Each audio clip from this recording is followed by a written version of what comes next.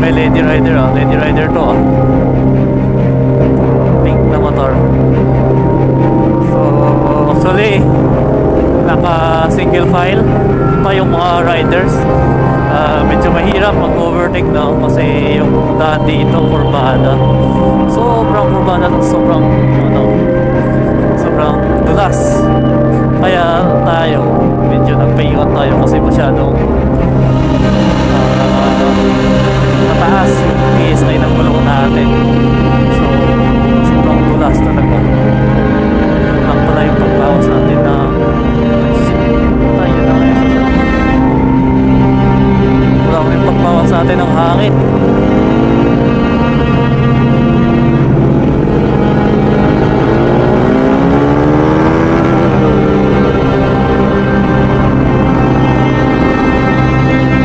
Maganda yung pag-run, di ba? Safety. Saktong takbo pero safety lang din.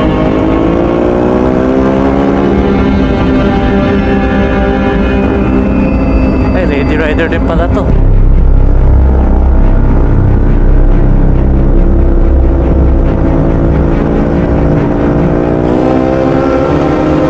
Medyo mahina yung ilaw ko. Sobrang natutulas ako, guys. Pucha. Pangit.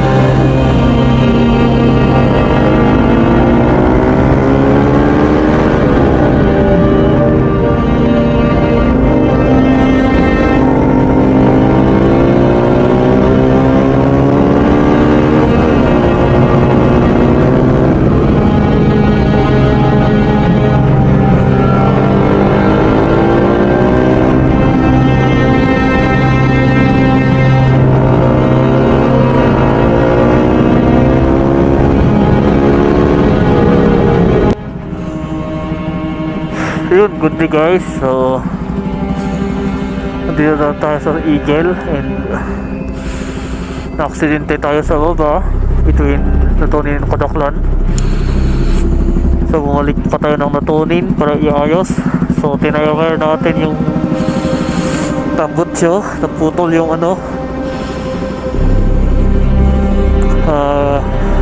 guard ng clutch lever guard, naputol din yung side mirror natin. Kagandahan, at least wala nang gas-gas sa mga ibang parte ng motor natin dahil kasalanan na ito. Sobrang higpit ng kung sino man yung naghigpit nito. Kaya tanggal ko kanina, nakilangin to ako para ilusen to, para magbawas ng hangin. Hindi naman wala kung sino man yung naghigpit dito. Puta,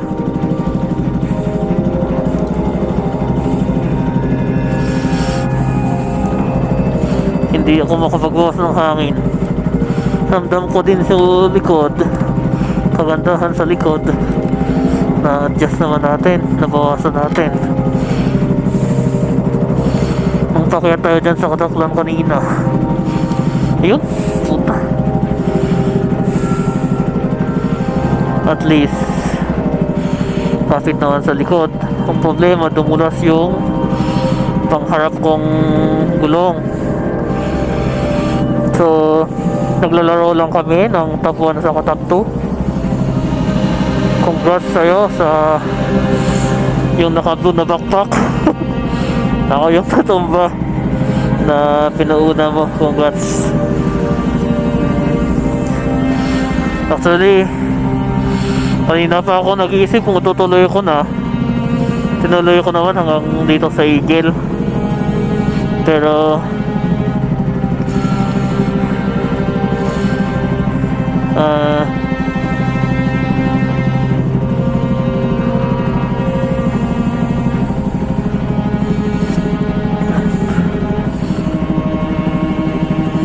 bumalik na ako from there, galing bumalik dito. So parang hindi maganda na yung feeling ko sa nangyari. Tapos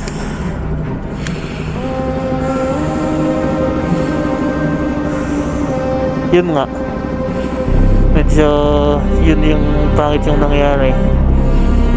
Sa pagdulas natin, parang may nagpapahiwatig na din. So yun guys, balik na ako lang sa Vela. Uwi sana ako ng Barling, pero diretso ko na ulit ng Santiago pabalik.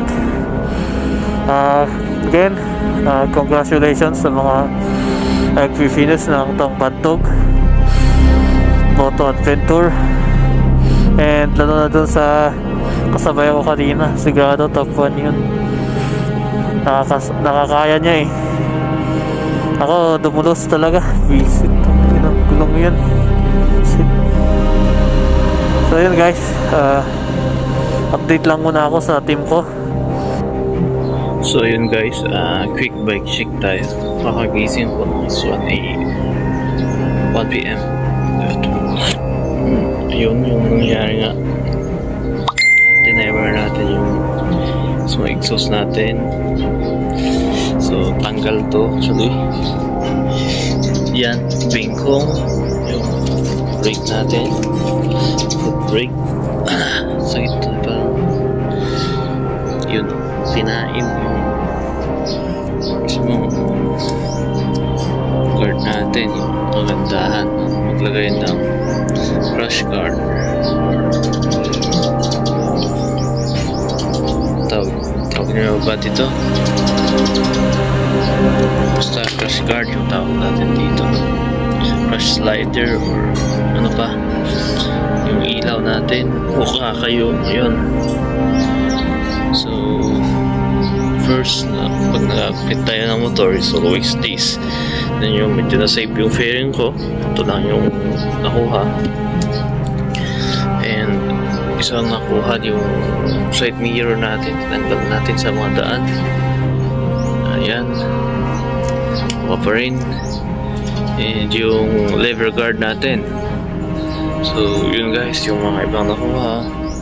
So actually nakatali tayo sa wrapper kasi gumagalaw na to.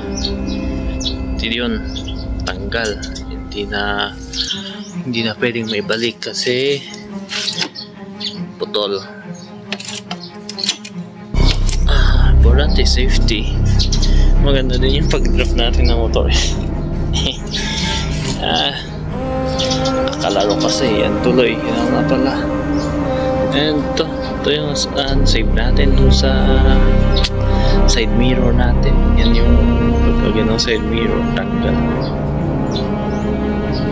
So yun guys, important is safe tayo. As always, unahin pa rin natin yung safety. Kung lesson learned sa akin, huwag masyado muna madali, especially kung kailangan ko mag-adjust kasi medyo nag-i-slip, no, yung front natin. So ang nangyari yan, pinkingan, i-slip talaga kasi sobrang hangin. Ito, ilang beses naman na akong huminto para buksan, no, para i-adjust sana magbawas ng hangin, pero sobrang tigas ng tire cap kasi naghingpit. Sa shop naman kasi tayo hindi naman tayo yung pero yun na yung nangyari. Mas maganda na siguro ang tanggal, huwag nilang maglagay ng mga tire caps, no, para kung hindi nang mag-adjust agad, di bawas agad ng hangin, or pag gusto maglagay naman ng hangin, di matik diretso na agad. So yun guys, just update na safety pa rin, safety na ako, and yun, bye.